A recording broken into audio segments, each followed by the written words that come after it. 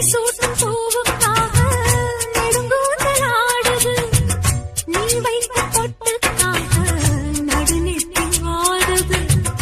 காத்தாடி ஒன்னத்தானே உயிர் நாடி தேடுது.